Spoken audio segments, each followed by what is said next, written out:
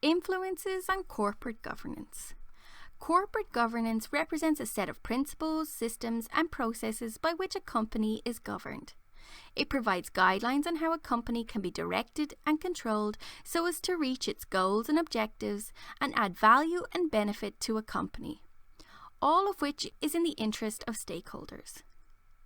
There are two major influences on corporate governance: agency theory and stakeholder theory. Agency theory with regards to organizations is a group of concepts concerned with resolving the problems caused by the separation of ownership and control between the principals, who are the shareholders, and the agents, who are the directors. Stakeholder theory is the theory that companies are accountable to more than just shareholders. They are accountable to stakeholders as well. In addition to agency theory and stakeholder theory, company law and codes of governance developed by governments all have an effect on corporate governance.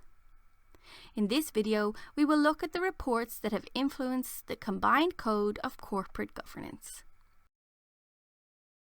In date order, the Cadbury Report 1992, which focuses on organizations' monitoring and assessment. It recommended that within the board of directors, the chairman and the CEO roles should be split. The chairman should be an independent person at the time of appointment.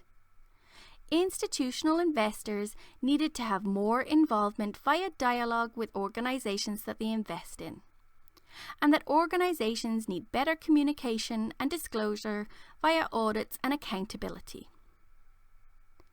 The Greenbury Report 1995, which focused on directors' remuneration, calling for a balance between salary and performance.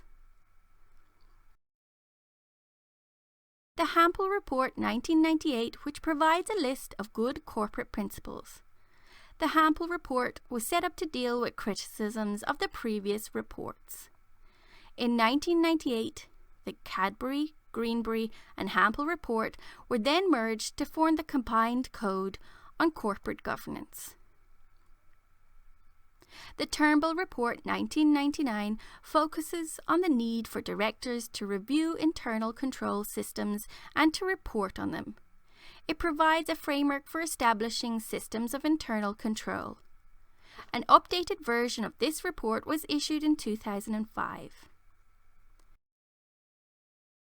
The Higgs Report 2003 focused on the role of non-executive directors, providing specific guidelines. Half the board should be non-executive directors who are appropriately remunerated.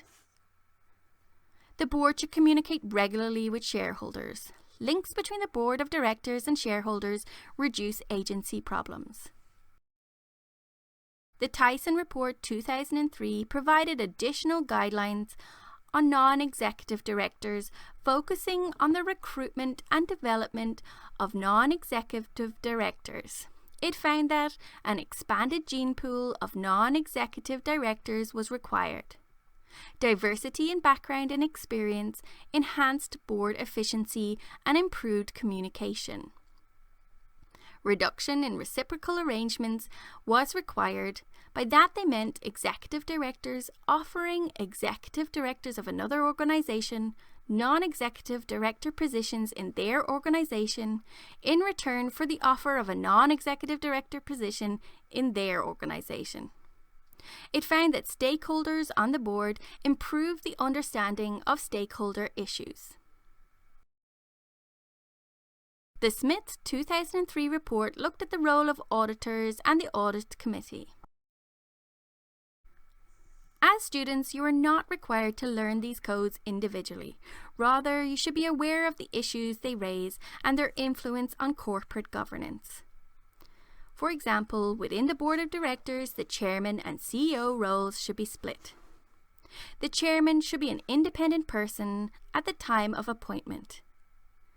Institutional investors need to have more involvement via dialogue with the organizations that they invest in. Organizations need better communication and disclosure via audits and accountability.